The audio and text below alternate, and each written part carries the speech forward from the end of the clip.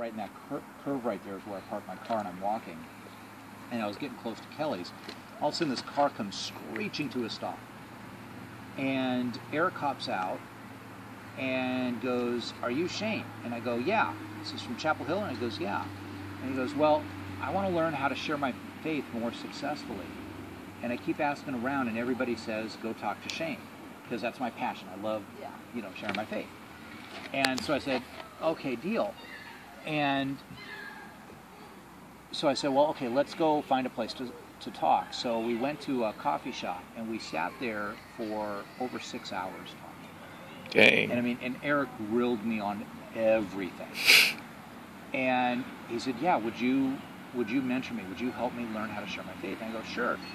But I tell you what, if I'm going to do that, I want you to get two or three of your friends, and I'll just do it as a small, I just figured small group, right? Like, 3, 4 of us, we'll sit in a coffee shop on a Wednesday night, and, I'll give them some pointers, and we'll go on." So he said, okay. So he sends out the text, and then I was CC'd in on it, so I got all the responses. 15 minutes later, we had 15 people. An hour later, we had over 30. And I'm looking at it like, okay. God, if you're calling all these people, let's have fun. So we sat right there, and I kid you not, there were 30 people. Now, that's, for the first meeting. But out of that meeting, a good portion of them hung around. And out of that group, we saw people come to Christ. We saw, we started we started a team at Gig Harbor High School. And all it was is just some students that were just meeting at Gig Harbor High School, just drawing people in to share their faith. And that one group turned into 2 groups. And then all of a sudden we ended up with a group over at Tacoma Community College. And then that group turned into, you get the idea, and it's just kind of grown. Now, over at TCC, wasn't that Christians on campus or something? No. No, there's NOMADS there. Oh. Huh. Yeah. And so very quietly, it's grown. And in fact, right now, I have a card. And this is Brian Adams, and Brian is the division head for Undersea Test Ranges and Fleet Readiness Division for the Navy. And we happened to sit down and talk, and he's like, "Yeah, our church," he doesn't go to Chapel Hill, goes to a different church. And he's like, "Yeah, our church is trying to figure out how to help the congregation learn how to share their faith more successfully." And grow. And so I told him what we're doing with Nomads, and he hands me his card and says, "No, here, call me. We need to find a time to talk, because we need you to help do this with our church." And so Nomads just keeps growing. And we named it Nomads because the idea is, a nomad is what? Somebody who wanders and wonders what God is doing. Think about getting up in the morning and going, "Okay, God, what are you going to do today? What neat things are you going to do?" And that's what I'm passionate about. You know what I mean? And so, if you think about it, most of the time when you talk about disciple making, it's we're doing a Bible study, or we're reading a book, or we're, you know what I mean? To me, disciple making is, how do I help you share your faith with others in such a manner that they can share their faith with someone else? You see what I'm saying? And, how do I help you do that? How do I help you do that? Because if this world is as messed up as we all think it is, what's the answer? Yeah. It's Jesus, right? Think about it. Look at all the race problems we're having. Where's the answer? Isn't it interesting that the answers are with pastors? It's the black pastors, it's the white pastors standing shoulder to shoulder saying, "Hey, look, we are all created in the image of God regardless of our skin color, and that as such we all have value. And it's not a matter of this person has more or this person has less. It's all of us should be treated with love and dignity." You know what I mean? I mean, that's what Martin Luther King said back in the 60s. My man. I like that guy. I mean, it's just amazing. So, how do you do that? And so, what's interesting is, so when Nomad started, I just had this, you know, of all those kids, there was this group of, there was a smaller group that said, we're all in, and we really want to get this stuff down. It's not just something we go to because it's fun and games, and we joke around a lot, which we do more tonight than I was comfortable with, but okay. Whoa, wait, did you just say that? You said that, wow. Cross that line, and you have to go really far to cross that line. Eric took years, but he crossed the line. Like, no, please, we don't want to be talking about foreskins in the group. Okay, let's not go there. Please, no, I can't stop it. Okay. Maybe it'll go away. Yeah, No. please. Only grows. Huh? And it won't go away. It'll only grow. It'll only get worse. Okay. Wait.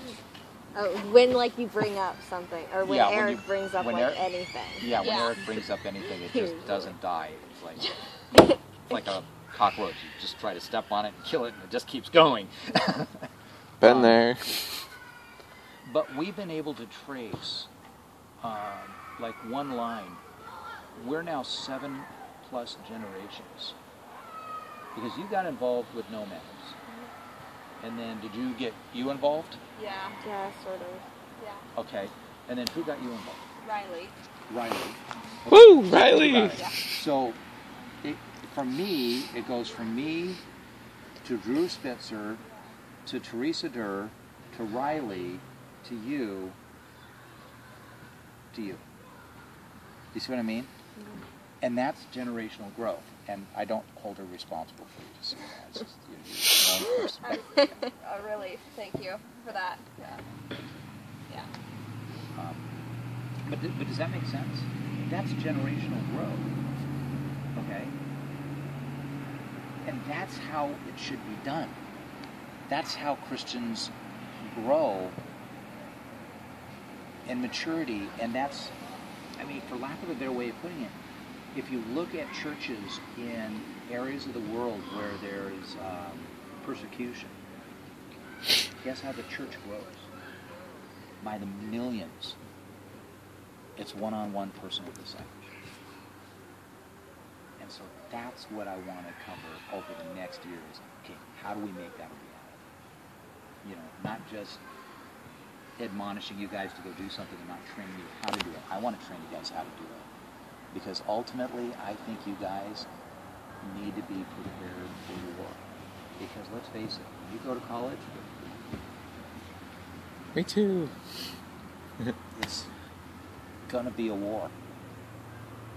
I mean, these college campuses nowadays, I mean, you think they're exactly, you know, gung-ho and excited because you believe in Jesus? No. Well, there is that Hillsdale College, but that's an oddity. But you see what I'm saying, though?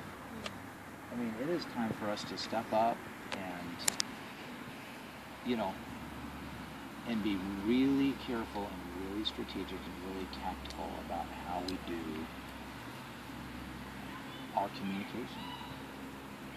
You know, how do we communicate Christ's love? I love the fact that, were you guys at Chapel Hill last Sunday? No. Okay. I was in Canada. You were in Canada? Okay. Well, the pastor brought up the fact that there's this guy, I forgot where he was at, but he's an African-American guy, and he goes out and reaches out to KKK members. Okay? Oh, that's And sounds fun. he invites him to go have coffee with him. I mean, think about this. You're a black guy. And you're reaching out to Ku Klux Klan members to have coffee with you. And then he sits there and befriends these guys. And he has pictures of him standing with these KKK guys, and they're handing him their membership, you know, they get this, like, you know, card that says they're now members of the KKK. They're handing this guy their membership card. because they're renouncing their membership in the KKK because they're stepping away from the hate and the anger and the bitterness. And this guy has gotten, has been chewed out by other African Americans for what he does. Because how dare you sit down with these people? They're horrible human beings. They're filled with hatred. And he looks at him and he goes, you know what? While you're sitting there ranting at me for me sitting down with these guys, let me show you something. He takes them to their house and he opens up a closet, and all it is Ku Klux Klan member robes of all the people that have stepped away from that hatred group because he took time to befriend them. You know what I mean? And so I look at that and I'm going, this guy's got the right idea. If we're going to heal the wounds in our nation and we're going to heal this racial thing, it's going to require Jesus, and it's going to require folks like you reaching out at the level you're at the generation you're at, and communicating that, hey, you know what? We are all broken. We are all fallen. And as such, we are all responsible for the really stupid stuff. We all have value because we're all made in the image of Christ. You have value. You have value. You have value. You have value. Because we're made in the image of God. That's a worldview changer right there. That dramatically changes everything. So, I was talking to Drew here a while back, and when he got over to Whitworth, he joined a group called the Navigators, which is just an incredible group of people who want to share the gospel, right? And the guy was like, okay, this is what our group is about. And Drew's like, yeah, right on, man, I'm in. And then they were like, yeah, but don't worry, we do a lot of outreach and evangelism, but don't worry, we'll teach you how to do it. And he says, well, what type of stuff are you doing? And they go, well, we do this, this, and this. And he goes, yeah, I've already done that. And he goes, okay, but don't worry, because we'll teach you the apologetics, the arguments, and he goes, no, I've already done that. And the guy finally looked at him and goes, where did you go to church? And then Drew told him the story of NOMADS. It's like, why no, sir? I went to NOMADS. Okay, but I'm not trying to lift myself up or NOMADS, but I'm just saying. The guy looked at him and said, and literally within a couple months, Drew is one of the top leaders for Navigators. And you know Drew, right? Yeah, no, I know. That does not surprise me. Yeah, just like that. And guess what? Riley's going to the same, no, they're over, not at Whitworth, they're over at Boulder. Boulder, Yeah, Boulder, Colorado. Now, Riley's going there. It's like 2 atom bombs dropping. I know. Yeah, She's going to be like, right there with I us. feel so sorry for them. It's like, I feel sorry. Yeah, that was a horrible thing. Oh my God. well, Terrible. Terrible. I don't feel sorry for them. I'm actually quite excited because, think about those two. They're going to be in the paper. They're going to change that school.